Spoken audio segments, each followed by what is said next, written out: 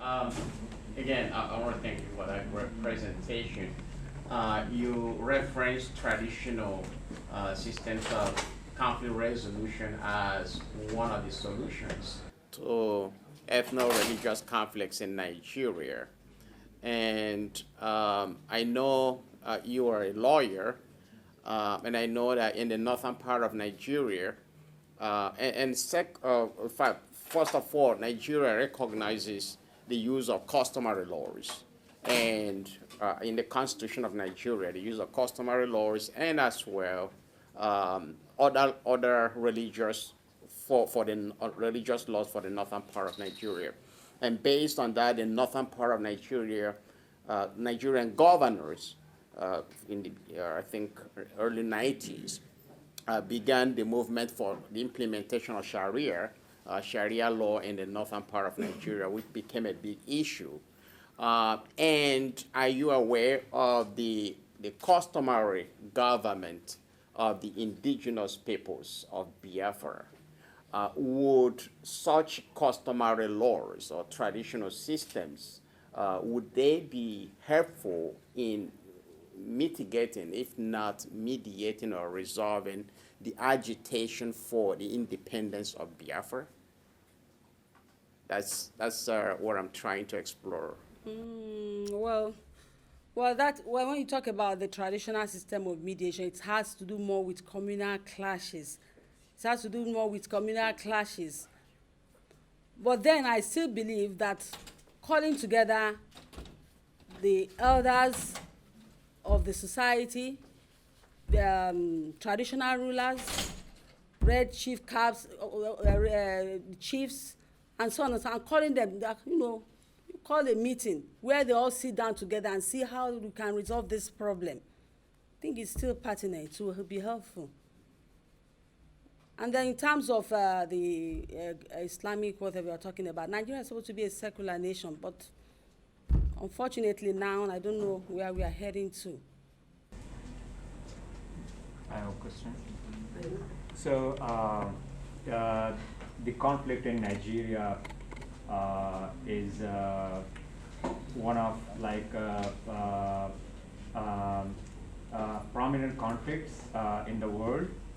My question is this conflict at grassroots level because of religion or ethnicity? So both things are different. Is it like religion is the cause of this conflict, or is it ethnicity, like tribalism and... It's a mixture of both. Sorry? Mixture of both. Both of them. Yeah, yeah. So Both is of it them. both of them? Yeah. Okay. Both of them. But I think religion is now taking a prominent upper hand.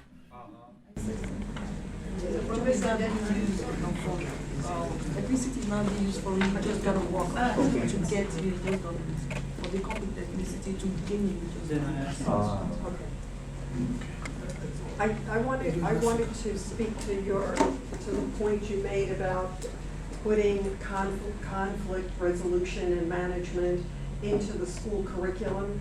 And what I just like to point out that this past May I was in Florence, where the American Bar Association went to talk about mediation and dispute resolution there. And one of the things that I learned there that I thought was absolutely amazing is that one of the women judges had worked with the schools to put into the curriculum from kindergarten all the way through to high school how to use mediation skills. And they had kindergartners using mediation skills. And I didn't know whether or not anything has happened in your country or whether you might be able to reach out to some of the educators to be able to do this as well.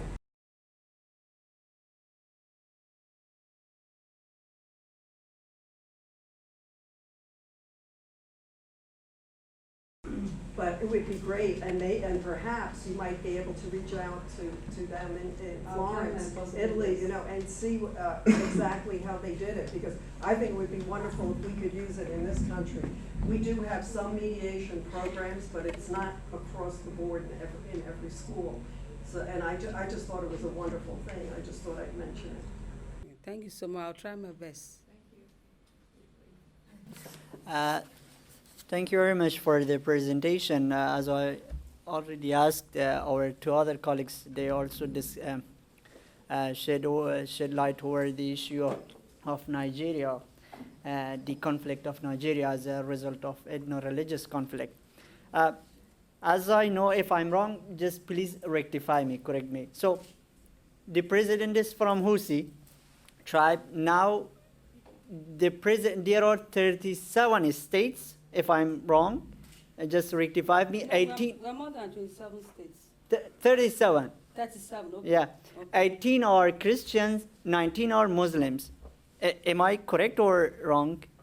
They are not Muslims. Middle Belt, even Kaduna is a mixture of Christian and Muslim country. Kaduna was actually a Christian state. I Before see. the migration of the Muslim that came now to take over. So now 1918. It's not agreed. I mean, the Christians are not agreeing. The Nigerians are not agreeing. I Because see. most of those states that are not claiming to be Muslim states are original Christian states. I see. So So they're not. thank you. My question is, now he is the president. I mean, I don't know actually the name. You are Buhari. Thank you. Because I had a classmate from Nigeria, Abu Bakr. He was explaining the condition of his country. So my question first, you said that south part of the country, the majority are Christian. They are marginalized by the current president of the country. So you have written many papers, you have many references in these issues. Considering the current references, why doesn't the United Nations, the P5 countries, although I know it's internal conflict, a topic related to a conflict, related to within the country, why doesn't such papers, papers related to conflict, does not capture the point, the perspective of P5 countries, China, Russia, France, Germany, UK and other countries. The second question is, those Nigerians who are living in European countries, those Nigerians who are living in Canada, US, why don't they advocate for you? Christian Nigerians who are living in UK, in US, in France, in Germany, and maybe Japan, if there are. So why don't they advocate for you? Why they don't get your voice heard by, let's say, by powerful countries? They've been advocating. They've not been silent. They've been advocating. Even within Nigeria, we've not been silent. We've been advocating, but nobody's listening to us. It's even getting worse by the day. We've been advocating. Nobody has been quiet over this. The point is that the Constitution says that Nigeria is a secular nation, but it's still now tilting towards Islamization of the country. That's just the truth of the matter. Forcefully. Everything is tilting towards Islamization. They want to impose it on us compulsorily. So that's the problem. We've been agitating. If you've been following the Nigerian history, there's been a lot of agitation. Even the Masop IPOB movement for actualization of Biafra. We've been agitating. So, yeah, I have a question connecting to this point. I'm living at the Pak-Afghan border. We both have same ethnicity. He is from Afghanistan and I'm from Pakistan. And we are facing the problem of Talibanization, right, in Afghanistan and in Pakistan since last 3 or 4 decades. Afghanistan is under the flames of conflict since last 4 decades, right?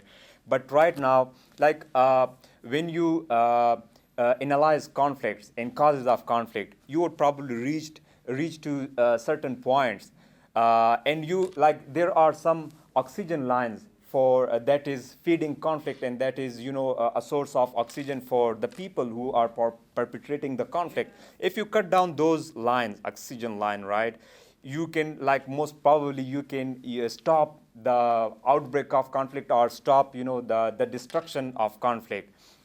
And now the Taliban stuff in Pakistan, we were fighting against the religious insurgents. We call it Taliban in Pakistan. Pakistan government was fighting 19 years long war against them. And now I will be presenting this case if someone is interested in it. So tomorrow, they stop it. Like they totally uprooted them. They totally destroyed their camps, and like there is no, like there is, currently there is to the minimum level, they minimize the impacts of those insurgent groups. My question is, why not like Nigerian government able to, you know, do similar necessary steps and stop this conflict? I heard it's since last 10 years or 8 years, the Boko Haram, you know, Insurgency. yeah, insurgency is going on in Nigerian, in your country. Yes, well, I understand where you are going, but I want you to know that Nigeria has never, it wasn't this bad before. Yeah. We've been coexisting. During Jonathan's time, we tolerated Muslims. We saw ourselves as brothers and sisters. You're a Muslim when you are celebrating your Muslim festivities. I will come and felicitate with you. It was not just like that. But just all of a sudden, Buhari found himself there, and I don't know if there's a script they're trying to play out. I don't really understand what is happening.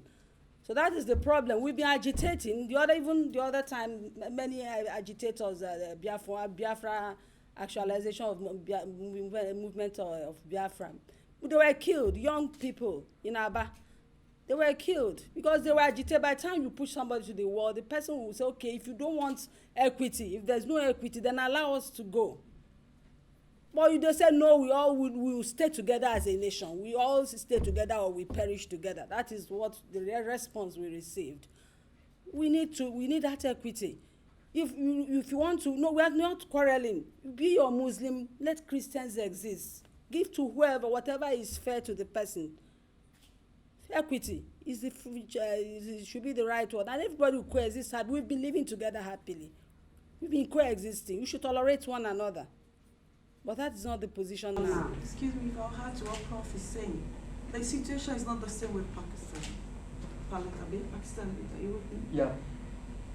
Your own government is fighting the Taliban. Yes.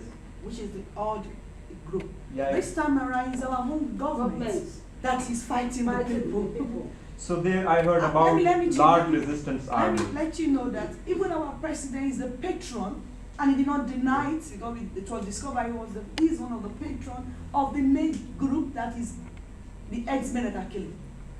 He is one of their patron, and he did not deny it. And apart from that, he financed them. Is it not earlier this year that he gave them billions of naira? And people were asking what for? For them to go and get more ammunition to kill others? That is the situation. It's the people in power, in government, that are actually behind this, destroy the others and take over. That is actually the destroy all the others and take over. And they are using ethnicity to promote, the main thing is the religion. They are just, like I said, they are just using it to get religious dominance. And that is the plan. That's why I say the only help we can have, like you said, why have they not come out? The outside country, the United Nations, I was saying, that is the only help we can have in Nigeria. And I was discussing with one of my colleagues there, they've moved even our ammunitions, Nigerian ammunitions have been moved 80% to the north. So you don't have even the militant power to fight. It has been moved. No, systematically it was moved. It was a passenger that moved something back, and the other time that they tried not to, they bombed the remaining. And Lagos was in hell that time, that period. It was terrible because they don't want anything to remain. And apart from that, all our military parastatals, all the heads, all the leaders, all the chiefs are all Fulani Hausas and Muslims. And they are the mutiny, terrible mutiny. I have some even in my church that the children go, they will get there. They are bringing the north officers, police officers, military to the west and the east, and they are taking our children to the Boko Haram. And even some of the things, equipment that were bought out, some of the last thing I was discussing with my students, because I take a course on conflict resolution in the school too. Sorry, I take quite a lot of courses just to get to the, to the student and the youth. I take that, just that it's not being given a primary placements. They just take it as one of the minor courses that the students should take, but all the students go through it. That is a good thing in the university, but it's not a major course. And what we are finding out is that apart from strategy, it's really, it's the strategy. It's a strategy. If the outside country afterward doesn't come to our aid, like I was saying, are you going to wait and say it's internal affair? Nothing will happen. Chinese are coming, they're all interested in the money. Nobody cares about what is going on. If they don't come to our aid, and the NGOs, it will really be, I don't know where we are going to get to. I'm very scared. And besides, he's using the president is using his position as the president of Nigeria to play out the script. Recently, they wanted to every state of Nigeria to mark a particular colony for their headers, which we resisted. Otherwise, we almost succeeded in passing it into law. I was wondering. One more minute. One more minute. So, sorry, I didn't research that. Nigeria is one of the toppest countries in Africa in terms of, is one of the enriched countries in terms of oil and gas. So, is the oil and gas reserves located at the north or south? One. The south. And south. So, The south. and who are operating and who are benefiting? That's the reason for the Niger Delta militancy. The people, that's the reason why we are having Niger Delta militancy, problem agitation. But they are extracting yes, or not? because they're extracting from them and their land is being degraded, and still they move all the oil through this pipeline to the north, and they use it to develop the north. So there is a station in Kaduna where There's they move degradation oil of the to. land there. And most of the oil fields, exploration. even most of the oil fields are owned by the northern people. 75% oil fields are owned by the northern. Thank you very much. Okay, thank you.